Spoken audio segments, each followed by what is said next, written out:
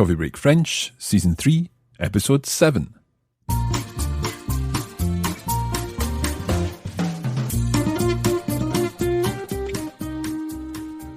Bonjour tout le monde et bienvenue à Coffee Break French. Welcome back once again to Coffee Break French.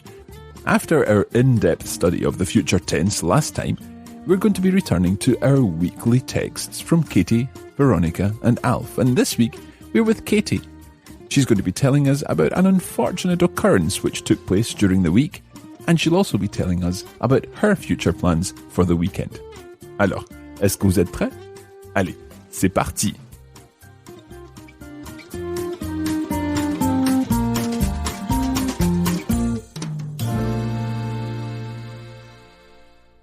Now, I'll let you hear the whole of Katie's second text.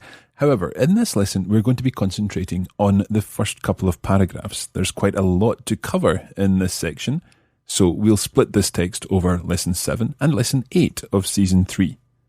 As usual, we'll pick up a number of points after you hear the text, and if you want the full line-by-line analysis, then you can access our members' content. You can find out more by going to coffeebreakfrench.com. Let's have a listen to Katie's second text then.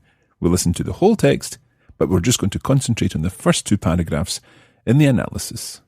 Salut mes amis, me revoici. Comment allez-vous? Moi, ça va très bien. Enfin, j'ai eu une semaine assez difficile, mais ça va quand même. Tout est bien qui finit bien. J'ai appris cette expression cette semaine. Je vous explique. Après mon cours de français mardi soir, j'ai décidé d'aller au centre commercial Nice Étoile au centre-ville. J'adore faire les magasins. C'est plutôt du lèche-vitrine parce que je n'ai pas encore trouvé d'emploi.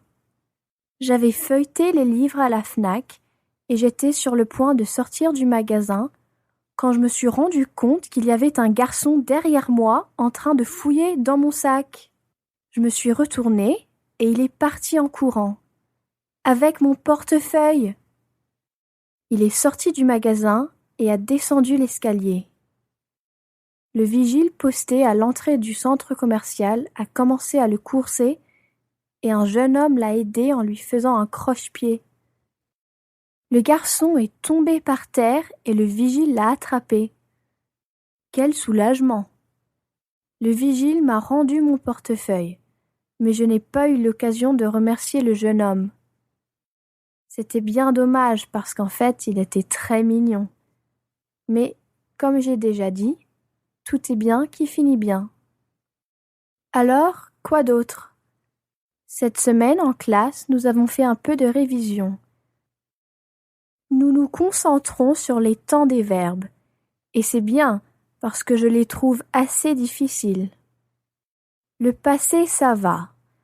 Enfin, je ne dois pas dire le passé, parce que, comme Madame Soulabaï nous dit, il n'y a pas un seul passé. Il y a le passé composé, l'imparfait et le plus que parfait. Il y a aussi un autre temps dont Madame Soulabaï nous a parlé, mais ce temps est utilisé seulement dans les livres. C'est un peu trop difficile pour moi. Cependant, le nouveau temps verbal que nous avons appris cette semaine, c'est le futur. Qu'est-ce que c'est difficile? En fait, je dois pratiquer le futur, donc je vais essayer d'écrire un peu à propos de ce que je vais faire, ou de ce que je ferai cette semaine. Jeudi et vendredi, j'essaierai de trouver un emploi. Maintenant, c'est urgent. Je regarderai dans les vitrines des cafés et des magasins. En fait, hier soir, on m'a offert un emploi dans un bar américain dans le vieux Nice. Mais je ne veux pas y travailler. Je n'aurai pas beaucoup d'opportunités de pratiquer mon français dans un bar américain. Samedi, j'irai à la plage avec Raquel, une étudiante espagnole qui est dans ma classe. Nous passerons l'après-midi sur la plage et nous nous baignerons. S'il ne fait pas beau, nous irons au musée d'art moderne. Bon, c'est tout pour aujourd'hui. À la semaine prochaine, en espérant avoir un emploi d'ici là. There really are quite a lot of interesting language points in Katie's text this week. Let's go back to the beginning and have a listen to how she introduces the text. Salut mes amis, me revoici. Comment allez-vous? So Katie begins by saying me revoici, here I am again. And she asks us a question. Comment allez-vous? How are you? Of course, the plural form of this question. Katie herself isn't too bad. She's had quite a week. Moi, ça va très bien. Enfin, j'ai eu une semaine assez difficile. Mais ça va quand même. She goes on to use an expression, tout est bien, qui finit bien. Literally, everything is well that finishes well. We would be more likely to say, all's well that ends well in English. Tout est bien qui finit bien. So Katie is now going to explain why she's saying all's well that ends well. Something obviously hasn't gone according to plan this week. In this next section, where Katie's explaining what happened, there are a number of items of vocabulary which will help you understand the text a bit more. The first expression I'd like to cover is faire du lèche-vitrine. This means to go window shopping. It literally means to do some window licking, which isn't such a nice idea as to do some window shopping. But in French, that's what you say, faire du lèche-vitrine. Another word that you'll need to know is feuilleter. Feuilleter is a verb and it means to browse or to leaf through a book, for example. Another word that you'll need to know is fouiller. Fouiller means to rummage through something, to go through something, for example, a bag. Let's start to go through the passage. We'll listen to the first sentence now. Après mon cours de français mardi soir, j'ai décidé d'aller au centre commercial Nice Étoile au centre-ville. So, after her French course, Katie decided to go to the Nice Étoile shopping centre in the centre of town.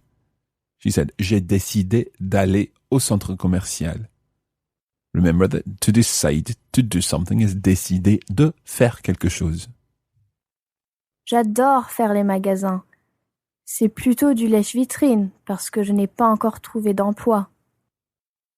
So Katie's shopping trip was really more window shopping. Did you understand why this is the case? C'est plutôt du lèche-vitrine parce que je n'ai pas encore trouvé d'emploi.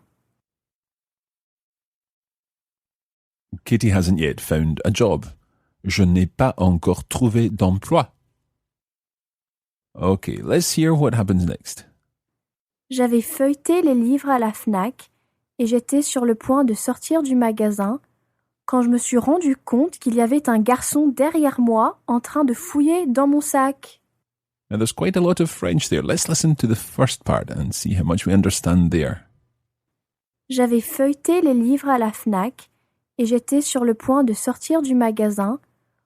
Katie had been browsing through the books. She had been leafing through the books in Fnac. Fnac's a bookshop, among other things. And she was on the point, just about to go out of the shop, when something happened. Let's have a listen to hear what happened. Quand je me suis rendu compte qu'il y avait un garçon derrière moi en train de fouiller dans mon sac. So Katie realized, je me suis rendu compte.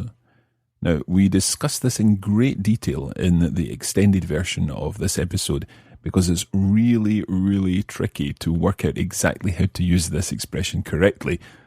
But for the time being, just consider it as I realized. Je me suis rendu compte. And what did Katie realize? That there was a boy behind her, qu'il y avait un garçon derrière moi, en train de fouiller dans mon sac. And this boy was in the middle of going through her bag. What did Katie do? Well, she says, je me suis retourné. I turned around, and he ran off. Il est parti en courant. Avec mon portefeuille. With my wallet, with my purse. Je me suis retournée et il est parti en courant. Avec mon portefeuille. Let's hear what happened next. Il est sorti du magasin et a descendu l'escalier. The boy went out of the shop. Il est sorti du magasin et a descendu l'escalier. And he went down the staircase. Now, you might be wondering why that's il a descendu l'escalier. as opposed to il est descendu. Well, again, there's more about that in the extended version. The guard, le vigile, chased after the thief, and he also got the help of a passer-by, who tripped the thief up. Et un jeune homme l'a aidé en lui faisant un croche-pied. Faire un croche-pied à quelqu'un means to trip someone up, literally, to make to someone a hook foot. So the boy, the thief, fell down and the guard caught him. Le garçon est tombé par terre et le vigile l'a attrapé. Quel soulagement, what a relief. The guard managed to catch the thief and returned Katie's purse to her. Le vigile m'a rendu mon portefeuille, mais je n'ai pas eu l'occasion de remercier le jeune homme. Katie didn't get the chance to do something. She says, je n'ai pas eu l'occasion de remercier le jeune homme. Remercier is the verb to thank. You can probably hear merci in there. Remercier. So she didn't get the chance to thank the young man, and that was a shame. Why? C'était bien dommage parce qu'en fait, il était très mignon. Okay, let's listen to this whole section again and see how much you understand now that we've gone through some of the language covered. Salut mes amis, me revoici. Comment allez-vous? Moi, ça va très bien. Enfin, j'ai eu une semaine assez difficile, mais ça va quand même. Tout est bien qui finit bien. J'ai appris cette expression cette semaine. Je vous explique. Après mon cours de français mardi soir, j'ai décidé d'aller au centre commercial Nice Étoile au centre-ville. J'adore faire les magasins. C'est plutôt du lèche-vitrine parce que je n'ai pas encore trouvé d'emploi. J'avais feuilleté les livres à la Fnac et j'étais sur le point de sortir du magasin quand je me suis rendu compte qu'il y avait un garçon derrière moi en train de fouiller dans mon sac. Je me suis retournée et il est parti en courant, avec mon portefeuille. Il est sorti du magasin et a descendu l'escalier. Le vigile posté à l'entrée du centre commercial a commencé à le courser et un jeune homme l'a aidé en lui faisant un croche-pied. Le garçon est tombé par terre et le vigile l'a attrapé. Quel soulagement! Le vigile m'a rendu mon portefeuille, mais je n'ai pas eu l'occasion de remercier le jeune homme. C'était bien dommage parce qu'en fait, il était très mignon. Mais, comme j'ai déjà dit, tout est bien qui finit bien.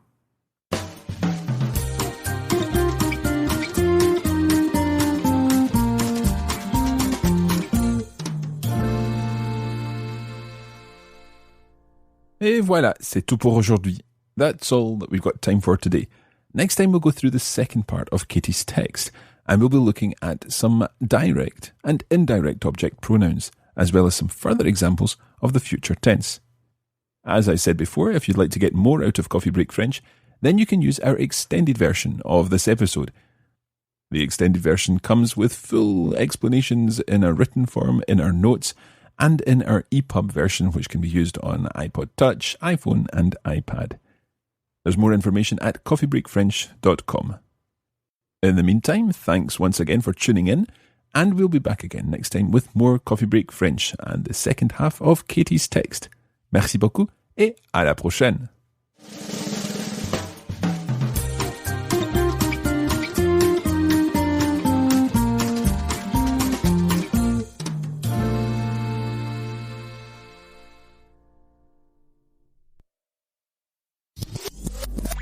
This podcast was brought to you by the Radiolingua Network. Find out more at www.radiolingua.com.